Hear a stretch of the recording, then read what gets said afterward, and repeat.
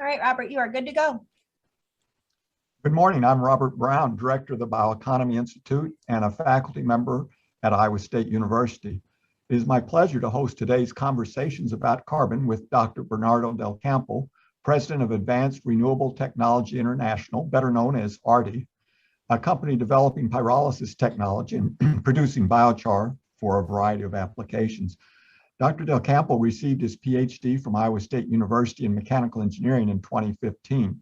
During his studies, he founded ARTi with two other graduate students. And with that, I'm going to start with the first question. Bernie, tell us about yourself and how you started ARTi. Excellent. Well, good morning, everyone. Thank you, Dr. Brown, for this invitation. It's a pleasure to be here, a pleasure to be a student of yours again.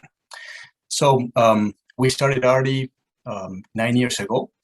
We were studying in Iowa State. We were doing our PhD with several other students, Juan Proano, Matt Kiefer, Edson, Ben Drusculo, and a colleague of mine, Dan Wilson, helped us out with this endeavor.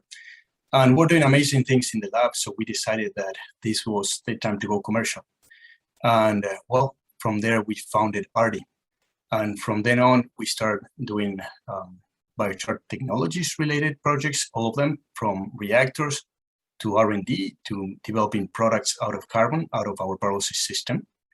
But yes, basically we started 9 years ago, a bunch of graduate students from Iowa State, and we started to make this real. And go ahead, Bernie. Yes. Do you want me to tell you a little bit about myself first? Please. Sure. So I come from Uruguay. I have a family farm that I used to work there quite a bit. And I did some research in a research institution in Uruguay. It's called INEA. I always loved research. I agronomist engineer degree in Uruguay. And then I had the pleasure, the opportunity to come here to the United States to work for Pioneer, currently Corteva, and work with wonderful people. We did a lot of engineering and molecular breeding and hybrid engineering. From then on, I met Tom Bram in Iowa State, and then I became a master's student for Tom Bram. And later on, I met Dr. Brown, and I became a PhD student, and I did my mechanical engineer degree with Dr. Brown. And then was when I started working in ARTi with my colleagues, trying to make this pyrolysis product, the biochar, that at the moment wasn't look like a product, more like a waste. Trying to bring it up as a product, develop it, and well, create a company based on this solid product. Well, that transitions into my next question. Could you tell the audience what biochar is? Some people will be familiar with it. Some will say, what is this material? And can you tell us how it could be used as a carbon sequestration agent, among other things? Yep. Amount everything. We can do anything with biochar, right? I make the same claim too, Bernie. Excellent. So let's start a little bit with biochar. And I'm going to start defining it how I don't like to define it. But I think in layman terms, it's better understood that way. So biochar is a charcoal-like material, okay, that we make it from the pyrolysis of biomass. That's how we make it. Okay, now let's break it down into the different components. Why we say it's a charcoal-like material? It looks like charcoal. It is a charcoal, okay? But we do it in such a way that we grab biomass, and let me define biomass. Biomass is any biological material. The most commonly ones that we use is wood chips, for example, right? Anything that comes from a plant base, but also is animal base or industrial waste. All sorts of things that are organic material, okay? And actually there are companies doing plastics and some other things that come actually from fossil, but that is not biochar, okay? So biochar comes from biological materials. We grab the material and we put it in a reactor, in a kiln, and we heat it up at high temperatures with little to no oxygen, and we make a carbon, right? What it happens is actually the carbon start fusing itself and make these rings of carbon, and that's the biochar. You pretty much concentrate the carbon that there was before in the original material, in a wood chip, for example, and you turn it into biochar, and it looks like a black wood chip at the end, right? But basically what you're doing is you're concentrating the carbon, and many other of the elements comes out as gases or by oil, what we were studying in Iowa State. So now we're focusing on the solid residue. The solid residue is the biochar. And again, biochar, you can make it with many different systems, many different processes. We do pyrolysis. Pyrolysis is basically pyro is fire, and lysis is breaking. We break that biomass, that wood, we break it down with the heat, and then we concentrate the carbon. The carbon start fusing each other, and you make this charcoal-like material. And the rest comes out as gases and bio-oil. In Iowa State, we were focusing on bio-oil, and we were condensing that bio-oil, and it looks like crude, like petroleum crude. But in ARTi, we're focusing on the solid residue, which is the biochar. And there's many other technologies. We use pyrolysis, but there are many other technologies to do solid carbon products, like what we do. In all of them, as you change the processing conditions and the system and the biomass that you're using, you're making different types of carbon. And that is something that is, it's a little tough to understand. And that's why I'd like to get out of this concept of charcoal, because then we put it in the same bag. It's all charcoal. Well, it's not charcoal, it's biochar for soil, and you can make it in many different ways. And that biochar for soils can have many different characteristics, suited more for one application or the other. But basically, what are the things that we change? We change the temperature, number one parameter. We change the residence time. We change the feedstock that we use. For example, I'm going to talk later, but we're using wood chips. We're using oat hulls. We have been pyrolyzing chicken litter, for example. All sorts of different products that at the end, they look black. They look like charcoal. But at the end, they're very different, chemically, physically, and what they can do. So that's why we refer as carbon products. And carbon products, one of them being biochar, which is for soil. But in ARTi, we do many things. We do carbon feedstocks for activation, for filtration, and we call them activated carbon. We do carbon black replacements. So in the plastics, we have black plastics all over. My watch here is black. In these plastics, you use a carbon, which is chemically different, but it's a carbon, and that carbon we can do replacement of those based on biomass, making organics, making renewable, okay? So in a nutshell, that is biochar. It's a charcoal-like material, right? No.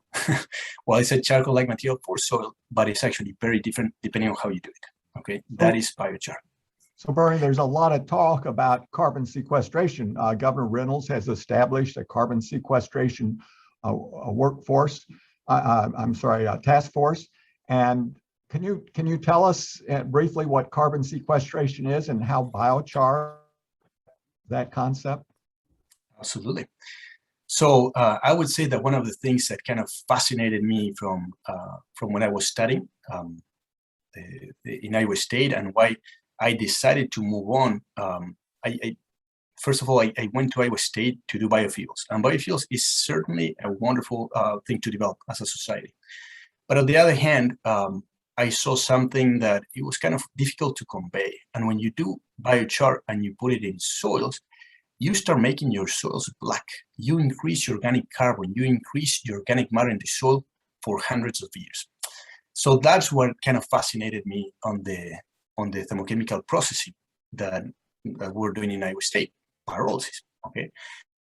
Let's step back a little bit and say, well, why biochar sequester carbon, okay? And I try to explain, again, in general terms, how biochar sequester carbon, which is not simple. It is not simple for everyone. So we'll try to do a little bit of effort trying to make it simple. So actually, the biochar doesn't sequester carbon. The plant sequester the carbon. The plant fixes the carbon.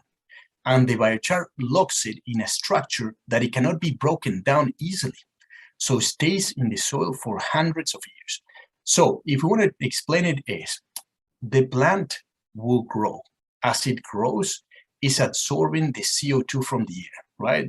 Go back to the primary courses in school. They grows sunlight, water, CO2 from the air, and it makes the sugar. That sugar ends up making all the different components from the plants, the root, the stems, the leaves, the flower, all of them have carbon, okay? And if we remove the water, we'll say that a plant, I mean, generally speaking, is 50% of carbon. It's not, but it's a little less, but 50% of carbon, okay? So half of that is carbon. And that's what is, you know, the plants sequester the carbon, but the plants normally will die, right? And that biomass will be respirated by the microbes, and it will turn into CO2 back again. The same as when you do compost, you have compost pile, and then, you know, 6 months after we have a third. Well, all that is the microbes that are chewing and eating that biomass. So instead of having the material, you know, die, what we do is we pyrolyze it. We make it into biochar, and now that carbon locks it into this aromatic structure that is very hard to break down. So in general terms, you have a plant with 50% of carbon, less than 50, and then we process it, and from that carbon, approximately 50% will stay in the biochar. And that biochar, again, is very recalcitrant. That means that it doesn't break down. So you put it in the soil, and that carbon that once was in the air, then was in the plant, now is in my biochar, and now is in the soil, stays there for hundreds to thousands of years in the ground. Obviously, if you use the biochar for fuel, then you don't sequester anything because you're burning it back again. It goes back up into the atmosphere in your chimney or in the tailpipe of your car. You're burning. So when you burn, you produce CO2. So in a nutshell, that is how biochar sequester carbon. The plant sequester biochar locate, and if you use it wisely, you have an enormous potential to sequester carbon in a very useful way, because it's not just carbon that you're sequestering. You're doing all sorts of other environmental benefits in the soil. And let me step back a little bit and, you know, throw out a couple of concepts, of terms for the public to look into. And people say, well, how do you prove us that you're actually making this char, and this char stays in the soil for hundreds of years or thousands of years, right? We can biochars 1,000 years. Well, there's many ways to prove it, right? But I would say the more pragmatic one that I enjoy a little bit of it is terra preta. Terra preta are soils in Brazil. So those are terra, it's dirt, and preta means black. So they're dark soils that they're in the Amazon rainforest, which have been made by Indians. And researchers have been finding all sorts of pottery clays and some other things in the soil. And then we start realizing that, well, that soil is not actually native soil. It is native soil that has been transformed with the use of charcoal, right? The Indians were making charcoal and burying it in the soil. And that charcoal, we can go as scientists and we can pick a little bit of that and we put it in very expensive equipment, and we can know when was that charcoal made. So we have terra preta soils that they're 1,000 years old, 2,000 and 8,000 years old. So you have the most pragmatic carbon sequestration technology made by the Indians. And the funniest part is the Indians made it, and we're still trying to figure out how we can make it profitable and implement it in a large scale, right? But I mean, the Indians did it. It's right there. And something that actually struck me is that slowly we start in other environments, in other situations, we start realizing the same with our soils. And many of our soils, we have a very nice blog in our website. I want to encourage you to read it. But many of our soils, they have pyrogenic carbon. Pyrogenic, it means from fire. So natural fires will burn the biomass. Some of that will burn, literally produce CO2. Some of that will char. And when it chars, it produces a carbon. And that carbon stays in the soil, and that soil improves the soil. Here in the Midwest, there were scientists from Iowa State, and they published several papers. One of them was very nice and explained that roughly 30 or 40% of the carbon in the soil is pyrogenic, comes from fires. And the same thing, you can measure it and you can tell roughly when that carbon was made, all right? So pragmatically, we sequester lots of carbons, right? We didn't know about it. It's pretty interesting.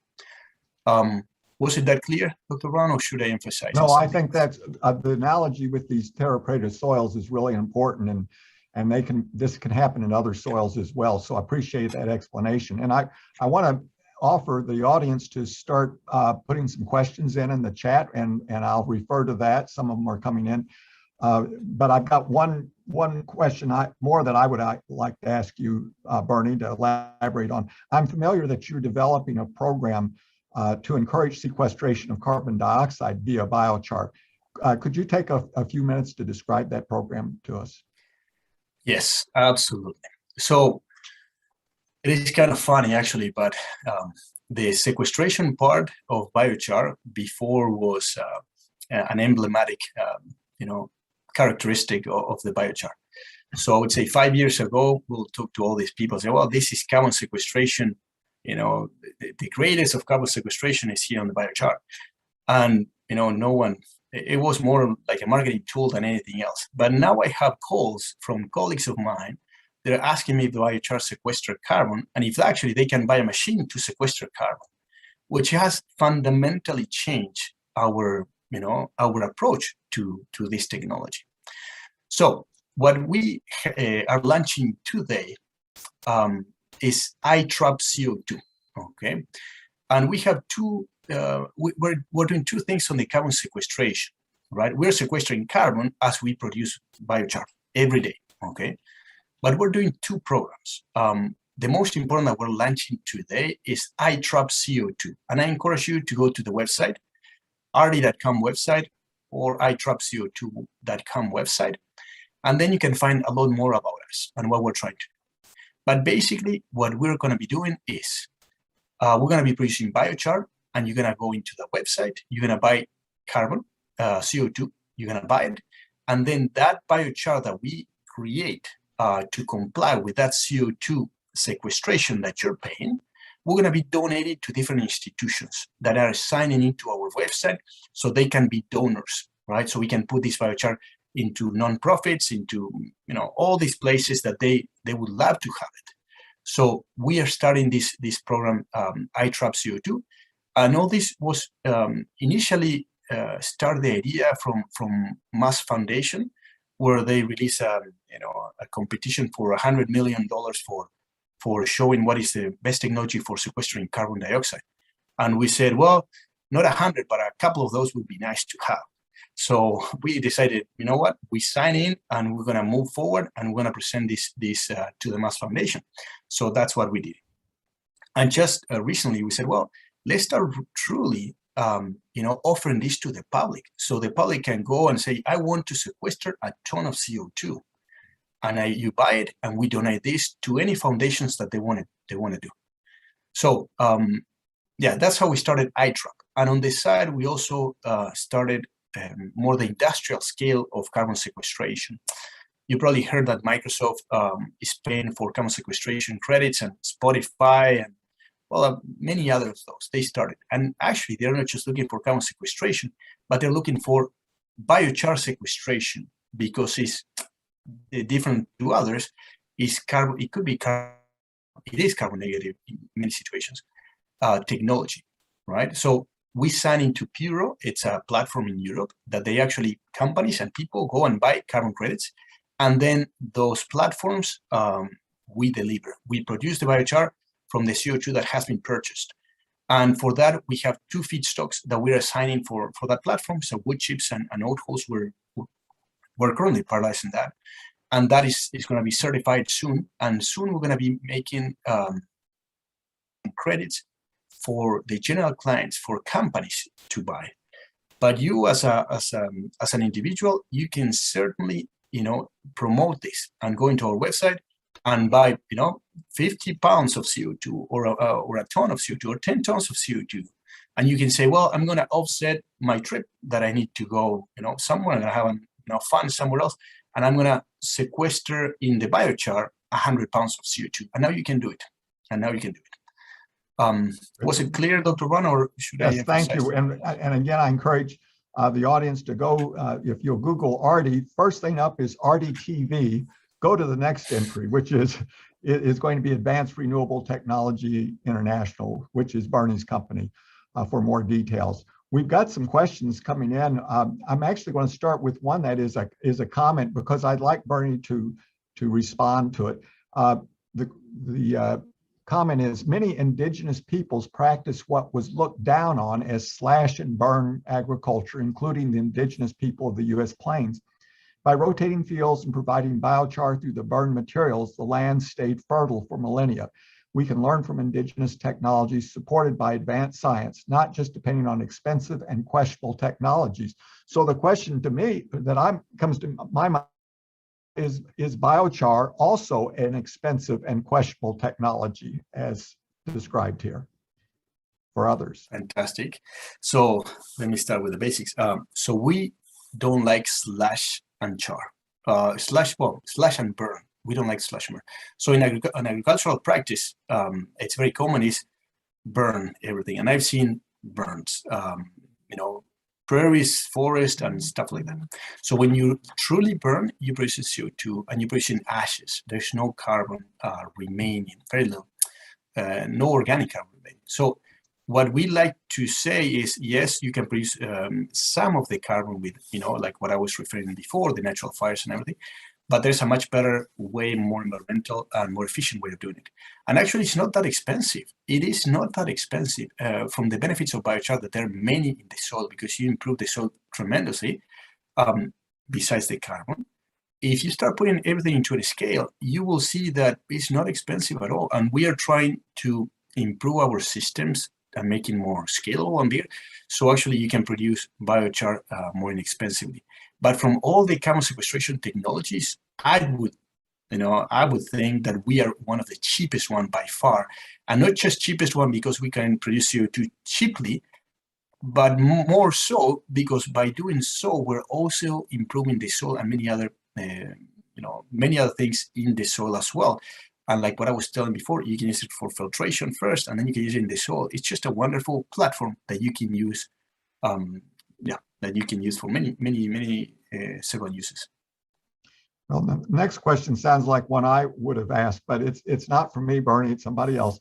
I asked, what's the difference between fast and slow pyrolysis, and which is better for biochar production?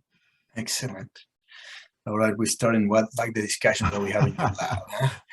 I probably is one of your other students. So fast and slow, okay, and we actually in the middle. But fast pyrolysis, it's few seconds. That's how you do it. And in the lab, we just grind it very finely, and then it goes into reactors very hot, and then it vaporizes very quickly the particles. That is fast, a couple of seconds, maybe a minute. Slow pyrolysis, generally it's referred to 30 minutes to 2 hours, all right? And there's some carbonization technologies, which is actually hours to days. So that's fast and that's slow. We're in the middle. Our systems roughly process between 15 and 1 hour of residence time. So for making biochar, I mean, you can do it with both. You need to see the system as a whole, but we recommend making more carbon, more charcoal. So when you go slower, you get more of the solid residue, not so much of the volatiles or the gases that you produce as well. Very, very good. And as we all know, Bernie advocates for slow pyrolysis, and I advocate for fast pyrolysis. But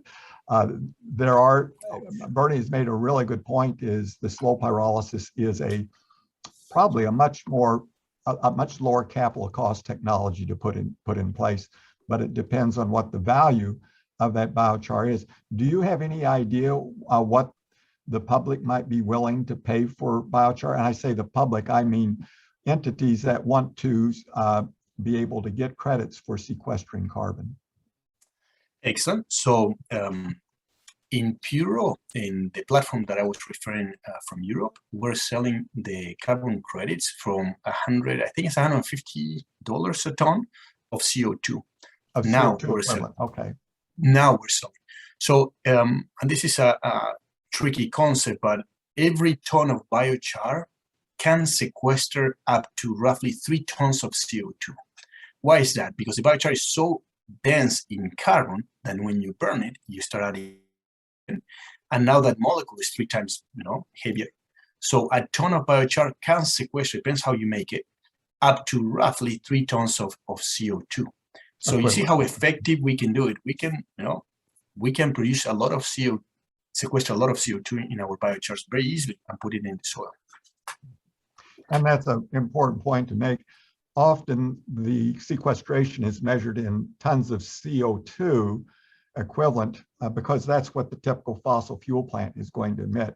In this case, you truly are sequestering carbon instead of carbon dioxide, which packs more power in the punch than if you did CO2. So that's a really important point. Interestingly, there was a direct air capture plant in Iceland just established. It's costing them between $600 and $800 a ton of CO2 sequestered for that direct air capture approach. And yet the stories that I've read is companies were lining up to buy those credits. You're saying that you could capture it for a lot less than $600 to $800 a ton of Absolutely.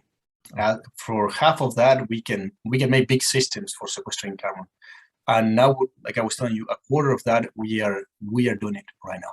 And don't forget on all the other benefits that biochar have, which are incredible. You know, biochar. I have plants growing in 100% of biochar as a soil media. It works wonderfully, and no better so. We can grab the biochar, filter, any organics, anything, and use it in the compost. So you're having double dipping your benefits, and like that, there are many situations that we can do that. So absolutely, we can cut down price on our biochar if we do it, intelligently. But one of the things that we are doing is we're using waste biomass that in some cases you need to get rid of, and there's tipping fees, and you contaminate, or you have piles of biomass sitting there and produce methane and fermenting, all the stuff. Well, the same, double dipping. That is perfect feedstock for us. We can pretty much process anything. Anything that has carbon and energy, you can turn it into biochar, pretty much, generally speaking. Bernie, there's a question that came, sounds like one you might ask a graduate student in their final defense. You said only 50% of the carbon was actually sequestered. That means the other 50% ended up in the atmosphere as CO2. That sounds terrible. How do you justify that?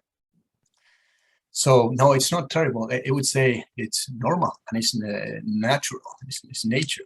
So anything there's inefficiencies in it. So let's go to the basics. Can be done 100, absolutely, with other technologies that you can couple to. The way of how we do it, because we need some of the energy in the system, some of that energy that you use in the non-condensable gases and the bio oil, you burn it to provide the heat for the carbonization, which actually it needs energy to carbonize and fuse these aromatic rings. So 50% it goes into the biochar, but that's not a problem at all, because normally you have 100% of that carbon that would be emitted back into the atmosphere. And now I'm telling you, you know what? 50% you're locking it down, and next year that 50% that it was in the air is back in the plant again, and you're sequestering 50% more. So it's like a compound effect on your interest rate, right? No, you are every year that CO2 that is in the air, you're sequestering half, and you're sequestering half, and you're sequestering half. You're effectively removing CO2 from the air. And our technology, I will emphasize one more time, is carbon negative, all right? So as we produce biochar, we are effectively as we make more biochar, we're sequestering CO2. So if we see it in a historical line, we have 50 tons, and when we finish the production of biochar in the year, we'll have 25 tons, because we effectively sequester that. And as the more we produce biochar, the more we're sequestering carbon in the biochar and in the soils. So it's a carbon negative technology. So you're making a point that there is a difference between fossil carbon dioxide emissions and so-called biogenic carbon dioxide emissions, those from fossil fuels versus from plants. And so you're able to achieve actually a potentially carbon negative, our carbon removal scheme is what you have achieved with biochar. Well, Bernie, I always knew you as a student as being an entrepreneur. So when you started the business, I wasn't surprised at all. Do you have advice for soon to be graduates from Iowa State University on how they should approach this notion of becoming an entrepreneur? Do you encourage it? What kind of advice would you give them? Well, this route is not for everyone, but I would say there are many people that would enjoy being taken with my colleagues in developing this company. So the first thing that I tell everyone is you don't know until you try it. So you need to try it. Would you go into academia? Would you go into the industrial world? Well, you got to try it. So you need to try it. And if you like it, be ready to beat yourself for several years, 5, 10 years, until you have the ducks in the row. And that takes a lot of effort, a lot of energy, a lot of money, a lot of family time, and well, and eventually happens. But that is well, there's a lot of things that needs to happen in order to become, entrepreneur that actually develop your company, develop your progress and everything. And sometimes can be done while you're working, again, in other areas. But in my case, I decided to dive right in because this is a wonderful technology. We need to develop it more. We need more people. If you want to help us, contact me. And it takes a lot of time and effort. So the more you do it, the faster it comes out, makes it into reality. Well, I've got a question. I'm going to identify this is Dr. David Laird, so you'll be prepared for this question, Bernard. I think I know my college. Biochar has been associated with both positive and negative priming when put in agricultural soils. What is the difference, and can this be controlled? What do you think? That was the question that he wanted to ask me in the defense, but I didn't give him the time for that. Oh boy, it's a blast from the past. Okay, you're got a second chance. So excellent. I want to put into perspective to people what is a negative priming effect. So a few things. The biochar, let's put it in simple terms, sequester a lot of carbon. I mean, negative priming effects, absolutely there's priming effect. In general, you're gonna put so much carbon into the soil that the soil itself can release some carbon because of natural, natural processes. For example, that biochar is alkaline, and then you put it in a soil and you neutralize some of the acidity of that soil. And guess what? You're producing CO2, right? But into perspective, if I'm putting 10 tons of biochar in an acre, is let's say 20 or 30 tons of CO2. It's a lot. So the negative priming effect that you might have in that soil is minimum, right? And you would have it with dolomite or calcite if you were to adjust that pH in soil. And there's lots of other things, but I want you to, this carbon is, the carbon world is very complicated. So there's priming negative and there's priming positive effect. So the biochar, we said it doesn't break down, right? We put it in the soil and in general terms, it doesn't break down, it stays there. But then you might have positive feedbacks from all the microbes, all the root development, all the organic matter that you create in the soil, because now you have a sponge that holds more water, more nutrients, more microbes, and then your soil becomes a carbon generating or carbon sequestration itself, because you have that positive impact, positive feedback into the soil. So the negative, yes, absolutely, there is. In general, it's very little. The positive could be huge, and that's we shouldn't get off the target, because we put a lot of carbon in the biochar, and if you do it right, you should have a great positive impact of extra carbon in the soil for parallel systems, parallel processes that are going on. So I'm going to guess that's also a function of the type of biochar, how it was produced primarily. Could you talk a little bit about differences? I'm not asking you to say your biochar is better than company B and C, but can you talk a little bit about what makes a superior biochar? And I'm sure ARTi is producing some really great stuff, but can you tell us why? Yeah, that's a great funny question, because I have it so much. Is that what is how I make the best quality biochar? And I'm sorry to tell you, but there's no such a thing. You have the best quality biochar for that specific situation, and that specific situation changes a lot. But in general terms, as we refer in the past, you can make biochar from many different processes, stocks, and different operating conditions. Guess what? You get different carbons. Some carbons are better in this situation, these other carbons are better in some other situations, and they're different. So you need to understand where you're putting it. I'm going to give you a couple of examples. I got a very acidic soil, like the rainforest soils that we were just talking about. Well, if you make a basic biochar with have high cation exchange capacities with a high liming effect, those are going to be absolutely beneficial, right? But if you do the same in a high pH soil like what we have, those mineral carbon carbonate formations and very basic soils, you put that same basic biochar in it, you're going to have problems. You're going to have all sorts of immobilization and chelation of micronutrients and a bunch of other things. You're going to impact the plant negatively. And a more common way, and this is all the biochar enthusiasts that they're out there, we like to say inoculate your biochar. You're getting something that comes out of the reactor that it's dead. And it's not only dead, it has lots of chemical reactions potentials when you put it into soil. So don't put that biochar right away on top of your plant. What I like to do, and what I always recommend, is mix it with compost. Couple, let's say 2 weeks. If you cannot do 2 weeks, do 1 day. Mix it with compost, and then you add it to the soil. Otherwise, you put it into the soil and start sucking all the nutrients from the soil. Start releasing back again. But again, you're having a chemical sponge, a water sponge that you put in on top of a seed that is trying to grow, and that could be very, very detrimental. So there's no better quality. We make acidic biochar for some situations. We make biochar with low conductivity for saline surfaces, for saline applications. In general, if you want to do carbon sequestration, you would say, you know what, I want more of this organic carbon that is recalcitrant. And what is your better quality biochar? With more organic carbon, so that char can sequester 3 tons of CO2 for every ton of biochar. But again, it just depends on what you're going to use it, the situation, and how you make it. So there's no better quality biochar.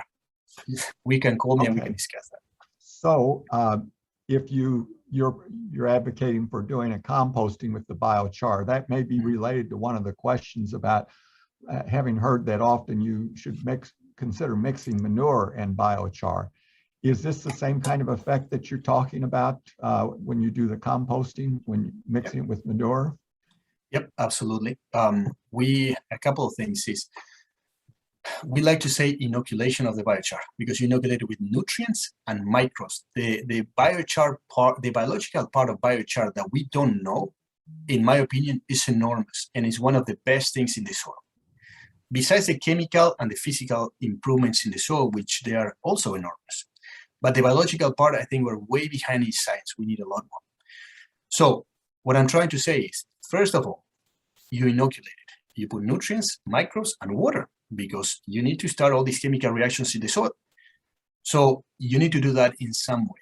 An easy way is mixing with compost. Manure, for sure, is going to work. Careful with the manure, because it could be too hot. Like what people say, it's too hot. So you need to compost and manure and biochar, depends how much you add.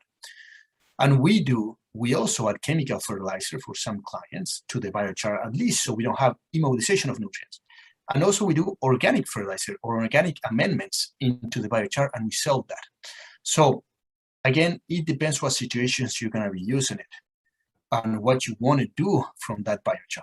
Imagine that biochar, you have heavy metals on soil and something. Well, you just need biochar for doing immobilization of those things. If you're trying to do, pH, buffering of that soil, well, you're looking the biochar itself. But in general, you're looking biochar as a whole, as a substrate for those nutrients, microbes, waters, and structural changes in the soil. And it's a little more complex, but. Would you care to elaborate on the difference of carbon sequestration in the form of carbon dioxide versus biochar? Absolutely. Advantages, challenges between the two? Okay. We're getting into topics that it takes me at least 20 minutes to explain, and you're asking me a Well, minute, so. I'm not sure we had that time, but Yes, I thought exactly. you might want to take a stab at that. Yeah. I will make it. Okay, I can put this claim, but what's the basic difference between those two approaches, biochar versus carbon dioxide sequestration? So carbon dioxide sequestration, in the form that we're typically saying, is grab that CO2 and we're gonna compress it and inject it in the soil, or we're gonna mix it with some chemicals and it's gonna stay in those chemicals, right? Fantastic. We need all the solutions for climate change. We need them all right?